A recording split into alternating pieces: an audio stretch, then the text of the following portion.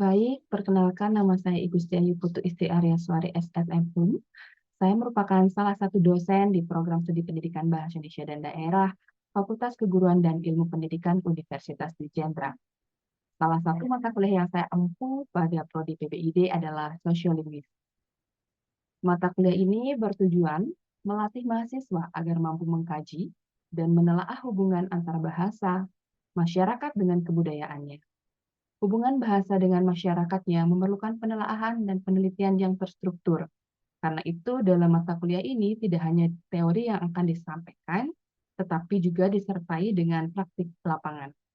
Dalam perkuliahan ini dibahas perihal sosiolinguistik, yaitu batasan, lingkup dan kajian bahasa, bahasa, dialek dan variasi, campur kode dan alih kode, bahasa dan gender, solidaritas dan kesantunan, bahasa dan budaya, etnografi, bahasa dan gender, bertindak dan berbicara, style, konteks, register, dan stereotip.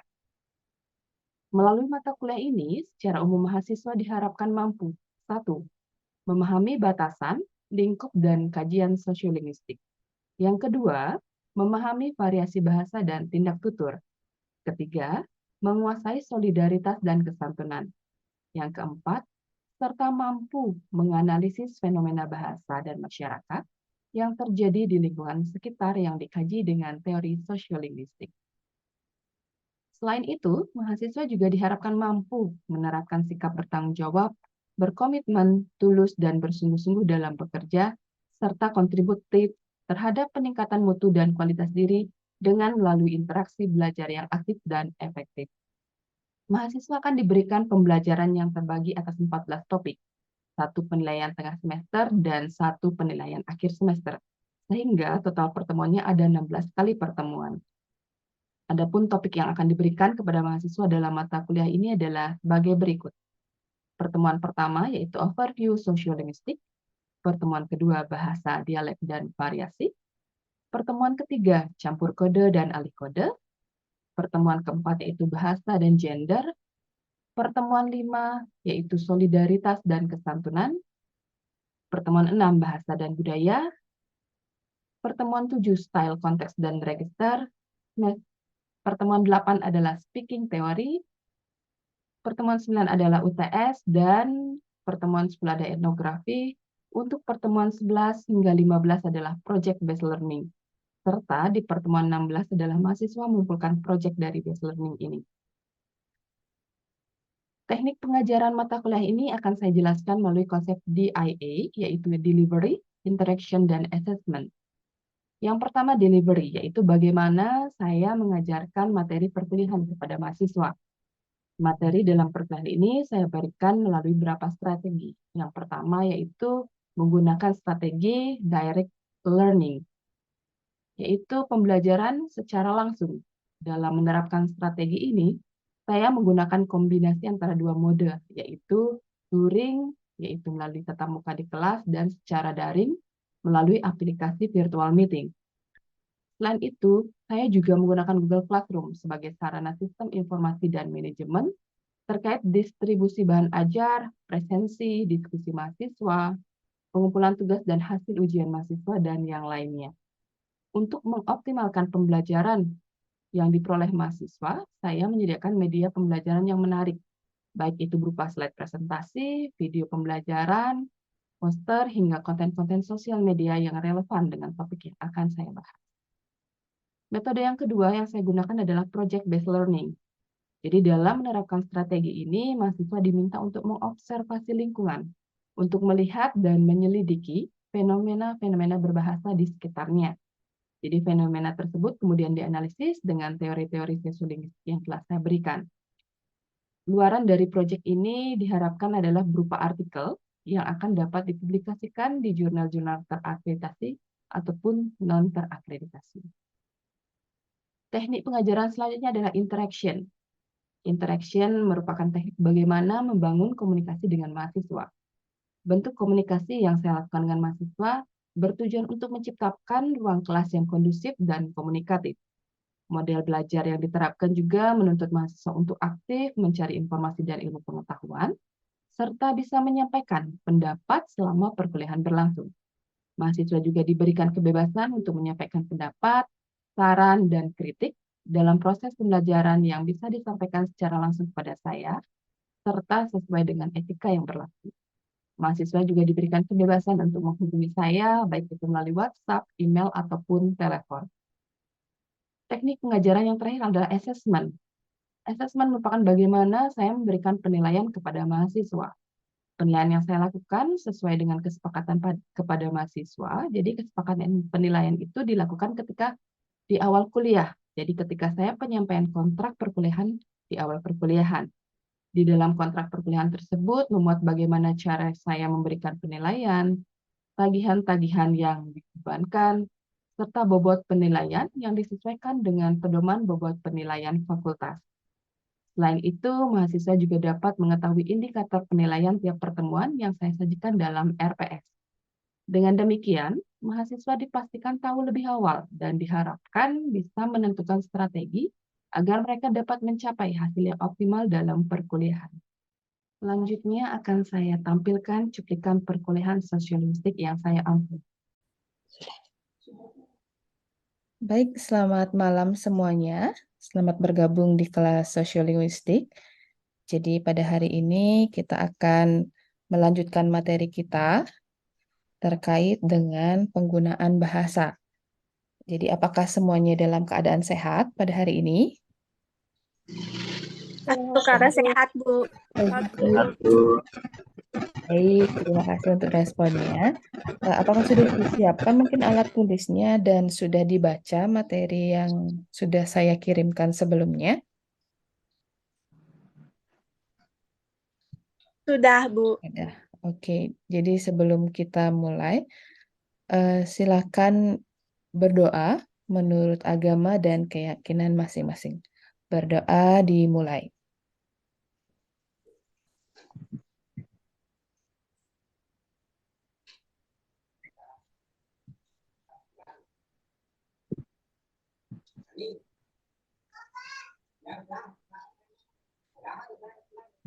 Berdoa dapat diakhiri. Baik, sebelum itu saya izin untuk share screen materinya.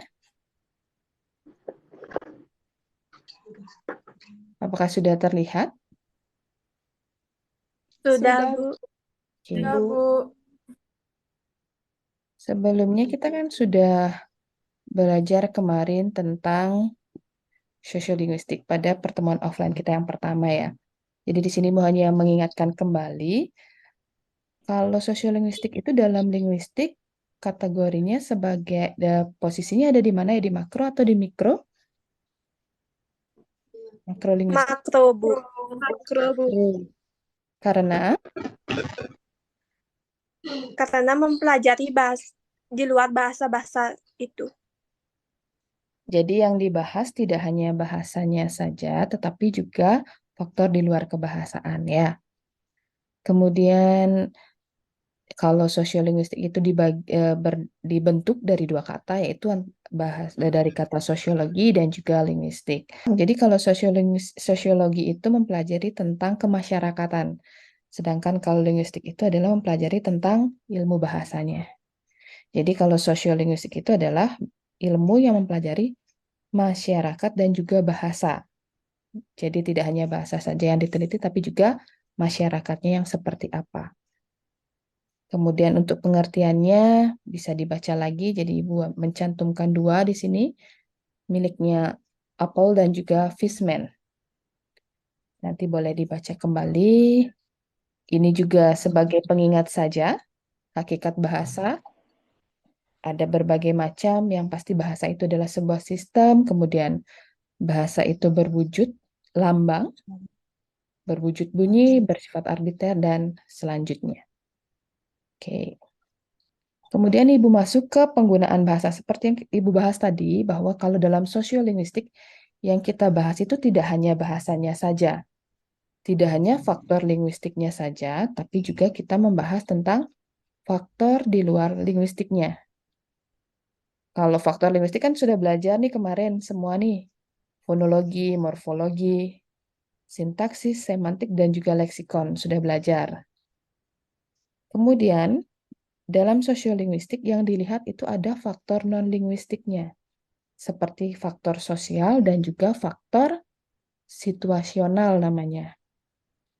Ya, jadi apa itu faktor sosial, apa itu faktor situasional? Ini dia. Jadi kalau faktor sosial itu ada pendidikan, ada umur, jenis kelamin, status sosial, dan juga ekonomi.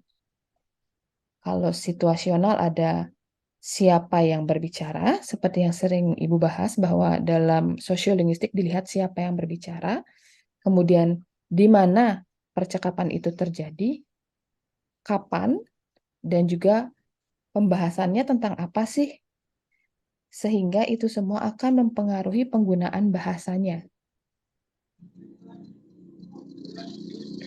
Nah, dari kelima faktor ini, di faktor sosial ini, mungkin ada yang bisa memberikan penjelasan atau pendapat kenapa sih faktor ini yang mana saja boleh, itu bisa mempengaruhi penggunaan bahasa mungkin. Siapa yang mau berpendapat yang faktor sosial? Kan ada 5 nih, pendidikan, umur, jenis kelamin, status sosial, ekonomi. Kenapa sih faktor-faktor ini bisa mempengaruhi penggunaan bahasa si pembicara? Pendidikan mungkin karena apa?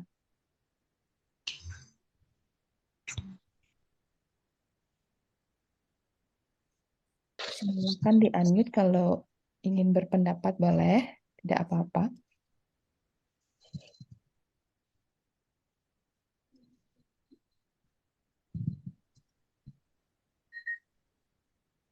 Saya akan jawab, Bu.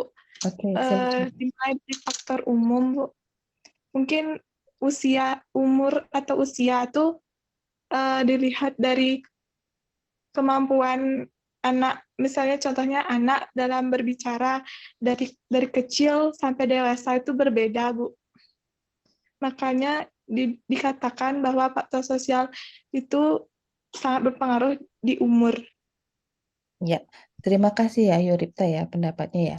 Jadi benar, kalau umur ataupun usia itu mungkin lebih simpelnya seperti ini.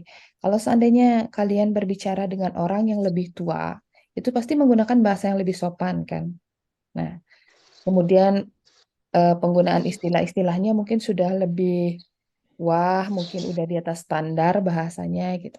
Tapi kalau mungkin kalian ketika berbicara dengan anak kecil, penggunaan bahasanya pasti lebih yang simple atau lebih mudah dan biasanya tidak terlalu sopan gitu.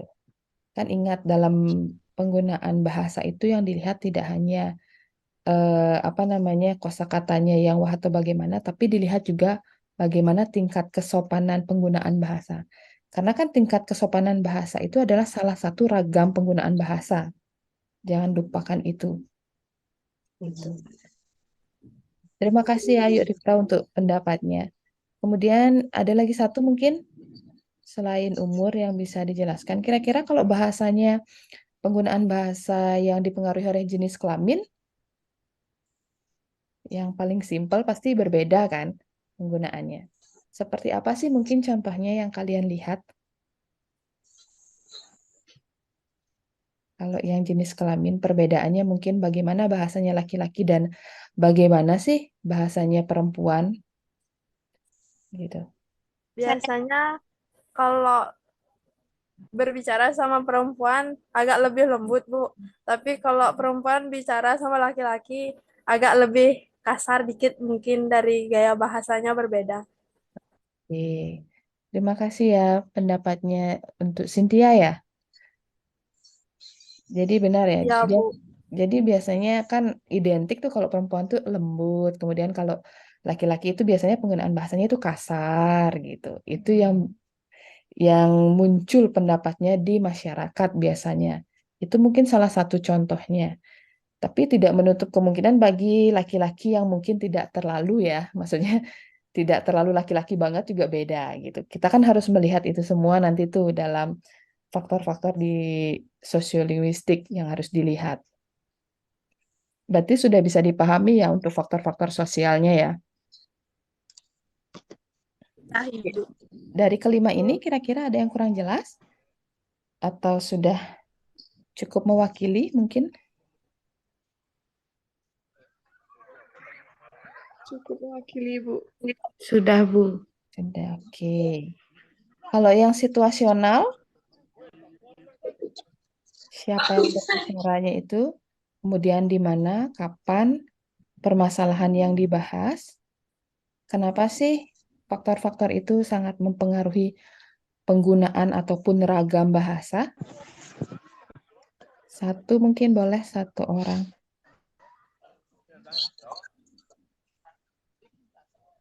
Iya sih. Yang paling gampang itu mungkin di mana ya? Mungkin kalau, Saya, Bu. ya oke, silakan Bu Mira. Kalau berbicara pada saat rapat, mungkin menggunakan bahasa yang sopan, Bu. Kalau saat berdua, mungkin menggunakan bahasa, ya bahasa teman. Ya, benar ya. Jadi simpelnya seperti itu.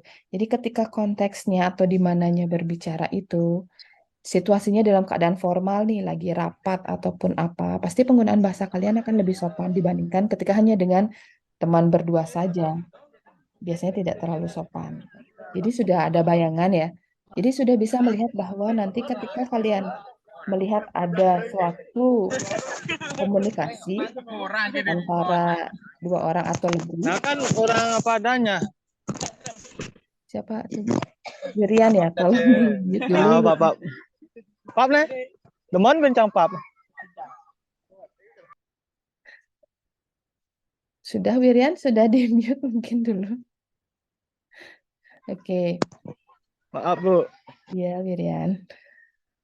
Jadi seperti itu ya. Jadi kalian bisa menganalisis. Jadi diingat, kalau dalam sosiolinguistik itu kalian diajarkan ketika melihat ada suatu proses komunikasi yang sedang terjadi dimanapun itu, yang kalian lihat tidak hanya bagaimana sih dia berbicaranya, tapi dilihat juga siapa sih yang berbicara tuh, gimana sih status sosialnya, gimana sih latar belakang pendidikannya, gimana sih umurnya, gimana sih ekonominya mungkin kalau mau diteliti lebih dalam. Jadi kalian sudah bisa menganalisis. Dan kalian bisa menganalisis hanya dari bagaimana dia berbicara. Dilihat sekarang, oh ini cara ngomongnya seperti ini, lawan bicaranya seperti ini. Dari sana kalian pun sudah bisa mengambil kesimpulan. Oh yang ini umurnya lebih tua, yang ini umurnya lebih muda. Atau mungkin, oh ini dia pendidikannya seperti ini, dia tamatan S1 atau S2 gitu.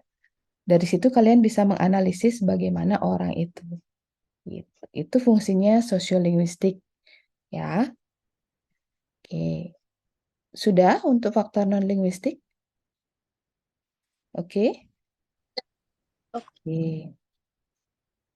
Kemudian ini materi-materi yang akan kita bahas nantinya.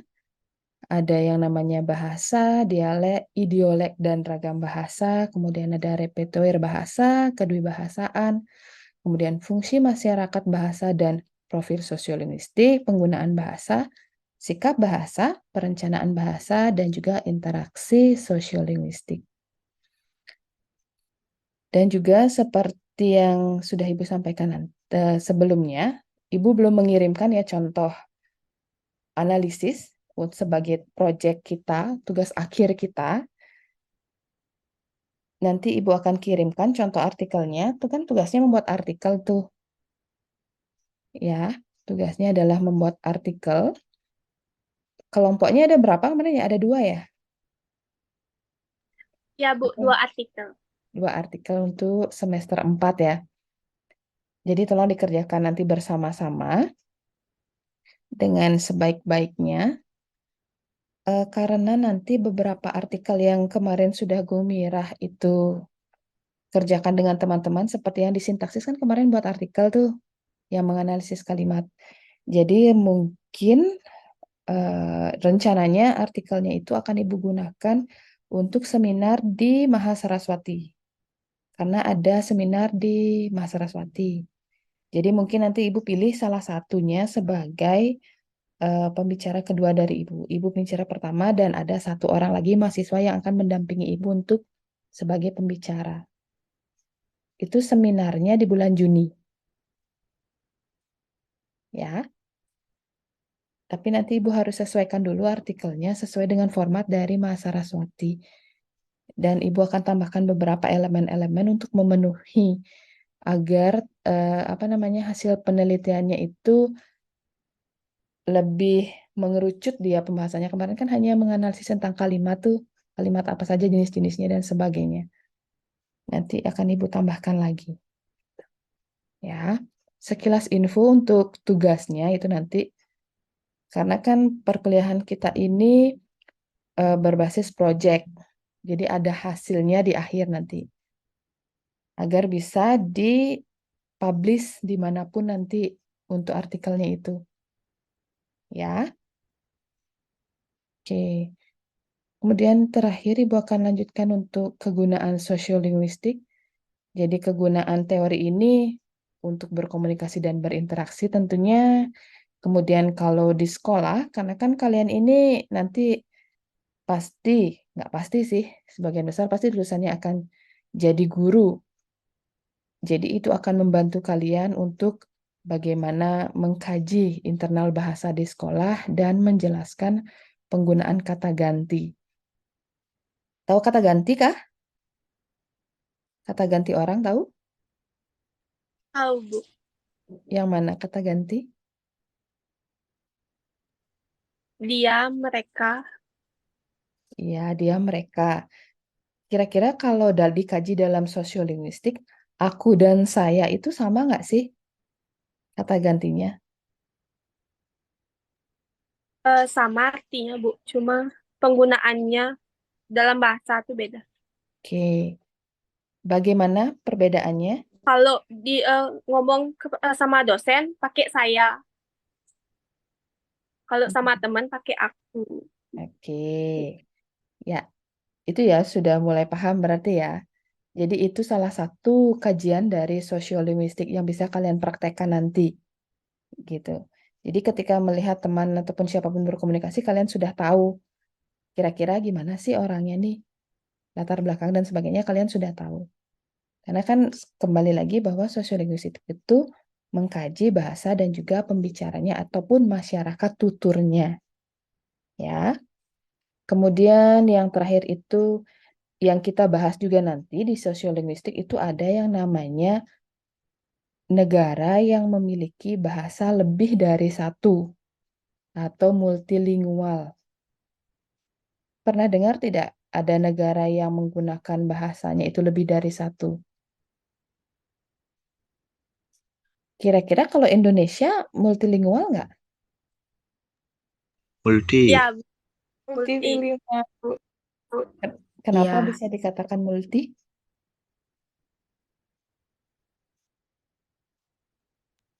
Beda Katanya setiap daerah bahasa, Bu. Kenapa? Karena Adanya banyak suku dan Karena bangsa. memiliki banyak bahasa, beda-beda. ya, jadi kalau di Indonesia itu bisa dikategorikan sebagai multilingual juga.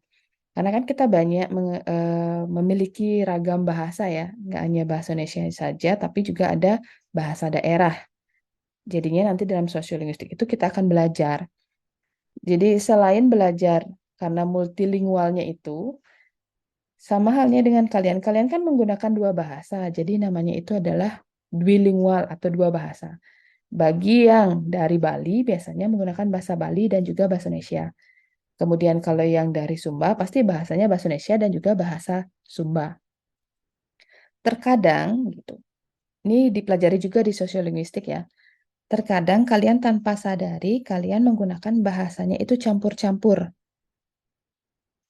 Ya kan, bahasa Indonesianya digabung dengan bahasa Bali. Kemudian kalian bicara dengan teman kalian ataupun teman yang dari Sumba biasanya pasti campur-campur, tidak full dia menggunakan bahasa Sumba ataupun bahasa Indonesia. Tanpa dia sadari biasanya ada beberapa kosakata yang terselip.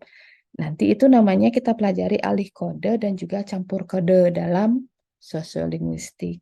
Gitu. Ya. Kemudian yang saya perkenalkan lagi satu nanti fenomena bahasa itu adalah bahasa yang dialek. Ada dialek yang standar dan juga dialeknya yang sudah berubah. Kalau dalam Bali, dalam bahasa Bali, Bali itu punya standarnya sendiri.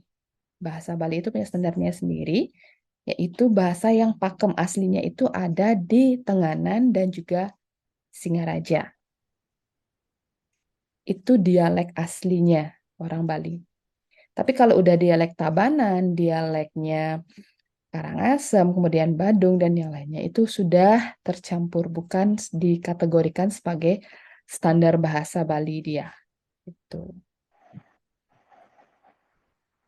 Tapi kalau di Sumba saya kurang paham sih juga. Kira-kira kalau di Sumba bagaimana ya? Ada dialeknya kah? Saya gitu, ya ada Bu. Oh, ada dialeknya juga. Apakah sangat berbeda kosakatanya seperti kalau bahasa Bali itu kan ada beberapa yang sama, ada yang berbeda gitu. Apakah kalau di Sumba juga seperti itu atau sangat berbeda sampai perbedaannya di kosakata? Ya ada Bu, sangat berbeda. Oh, Kayak dari kota, kayak bahasanya kan lebih ke Indonesia gitu. Tapi kalau kayak di kampung-kampung gitu kan Bu, lebih ke ini, medok gitu suara logatnya gitu Bu. oh logatnya. Tapi tidak sama gitu Bu. Hmm, Terkadang berbeda-beda dari bahasa. oh begitu. Baik-baik. Jadi nanti kalau mau dikaji itu bisa ya, karena bahasa daerah itu kan beragamnya itu sangat banyak gitu. Jadi bisa diteliti kalau kalian sudah mendalami tentang sosiolinguistik nantinya gitu. Ya. Jadi mungkin itu untuk pembahasan kita pada hari ini. Ada yang ingin ditanyakan atau ada yang kurang jelas mungkin terkait dengan materi ataupun proyek untuk tugas akhirnya nanti? Atau sudah cukup jelas kah? Cukup jelas. Sudah cukup jelas? Yang lainnya juga? Sudah cukup jelas Bu. Sudah jelas, Bu. Oke. Baik, kalau tidak ada pertanyaan atau sudah cukup jelas, kita akhiri sampai di sini. Kasihan juga nanti ya, kuotanya banyak habis karena pakai Zoom. Saya belum pernah ngukur sih yang mana lebih mahal ngabisin kuota antara Zoom dan Google Meet. Saya belum pernah mengukur. Jadi saya ingin mengucapkan terima kasih atas pengertiannya untuk kalian karena bisa mengikuti kuliah saya secara online dan memaklumi keadaan saya yang saat ini seperti ini. Jadi semoga semuanya selalu dalam keadaan sehat, pokoknya selalu bahagia. Jangan lupa rajin kuliah biar cepat tamat. Saya ucapkan selamat malam dan terima kasih. Selamat malam. Malam Bu, terima kasih. Selamat malam, Bu. Terima kasih. Nah, itu tadi penjelasan dan cuplikan terkait profil pengajaran saya dalam mata kuliah Sosiolinguistik. Semoga bermanfaat dan sampai jumpa.